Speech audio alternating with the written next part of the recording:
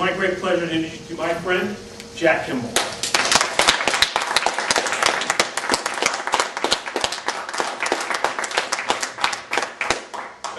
Thanks very much. It's a special day. It's been a long time coming. A lot of thought went into this day.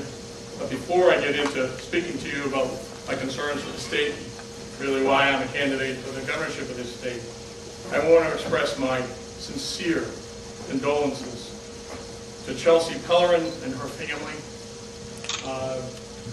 Her husband, Specialist Justin Pellerin, member of the U.S. Army, was killed August 20th by an IED in Afghanistan.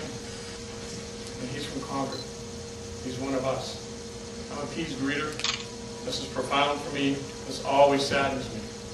These are the folks that provide us with our collective freedoms, and we have lost another hero. Folks, we're at a crossroads in our country.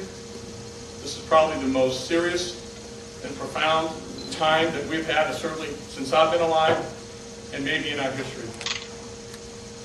This is going to be, without question, the most important midterm election ever. We have seen nationally this country move at a rapid, breathtaking pace toward socialism/fascism. In this state, spending is completely out of control. And I, as a businessman, not a politician, have decided that something has to be done about it. Never been a follower in my life.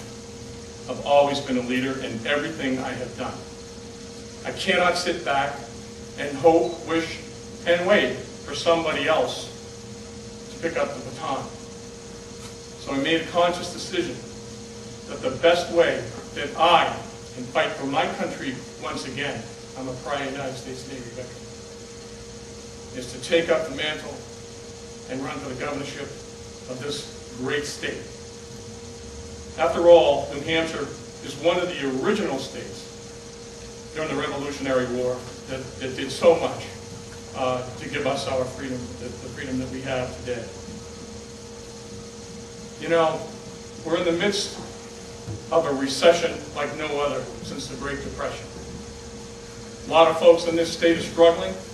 Unemployment's 6.5% now in the state of New Hampshire. That's pretty high. But there's a lot of folks that are on fixed income. It's very hard to make ends meet. Last budgetary period, this state and rep and combined governorship in this state, the Democrats saw fit to increase spending by a whopping 17.5%, and in this budgetary period, an additional 6 to 10%. This is outrageous.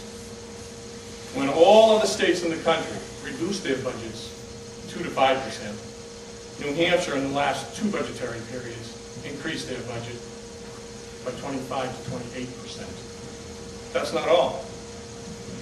The methodology they use in this state to come up with their budgetary numbers and the revenues are very inflated and pie in the sky. New taxes and fees, we've had 28 in the last budgetary period and 38 in this budgetary period. In order to try to balance this budget, the folks here, the Democrats particularly, and this governor, have decided to raid the JUA fund. And for those who don't know what that is, that's the physician's malpractice fund. It's really to be used to help reduce malpractice insurance in the state. It's a good idea, but it belongs to them. And this is tantamount to theft. Theft. If any of us did this, we'd be put in jail. Well, we now know that the courts ruled against the state, as well they should have. So now we also have stimulus money. Well, we have no idea what's going on with that stimulus money, but part of what we know about the stimulus money is it's being used to fund ongoing operations in the state. Ongoing operations are being funded with one-time monies, which means that we're starting out with over a $500,000 deficit next year.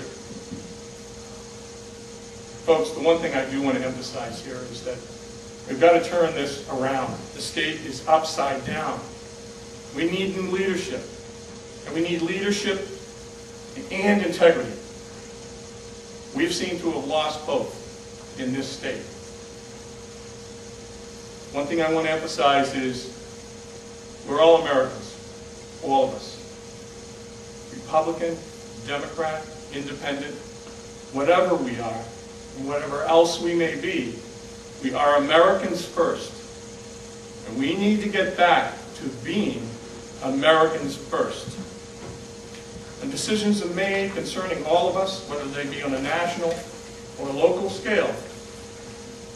Every politician, every one of us, has never been a politician before, but I've jumped into the arena.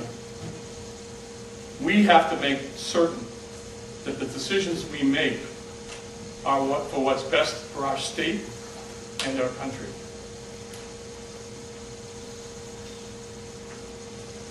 Had a pork roast that I attended the other day, and I got a chance to speak. And the Republicans in this state, truly, they've taken a beating the last couple of elections. Well, I'm here to tell you that's going to change this midterm election. You're going to see a sea change in this state like you've never seen before. I am telling you right here and now that you're going to have a change in government locally and nationally that will help to resolve what is happening both locally and nationally. I intend to lead. I intend to lead from the get-go, and I intend to lead even while I'm campaigning. I have asked all the Republicans and the candidates people are thinking of running and people who are already elected officials in this state to remember, we are a team. We are a team, and we will win as a team. The primary process will occur, and the people who win the opportunity for the general election are going to get the backing of all of us in this party. I am a Reagan conservative. I believe in conservative values. I will not waver on those values. I intend to make sure that we take back Congress nationally. I'll do whatever I can to help those folks, but particularly our state. And the reason why is I believe that the first step to taking back our country is to take back our states. I want to thank all of you for coming. I appreciate you being here. Some of you traveled a long way, and I am going to need all of you to help me out. I need a small army to make this work, and I hope that you'll assist me. That's all I really have to say today. I'm certainly open to answer some questions from the press or anyone else who would like to ask for a few minutes. And then I invite all of you to come over to across the street for a reception directly across the street from the Capitol building. And we can talk some more over there. Thank you very much.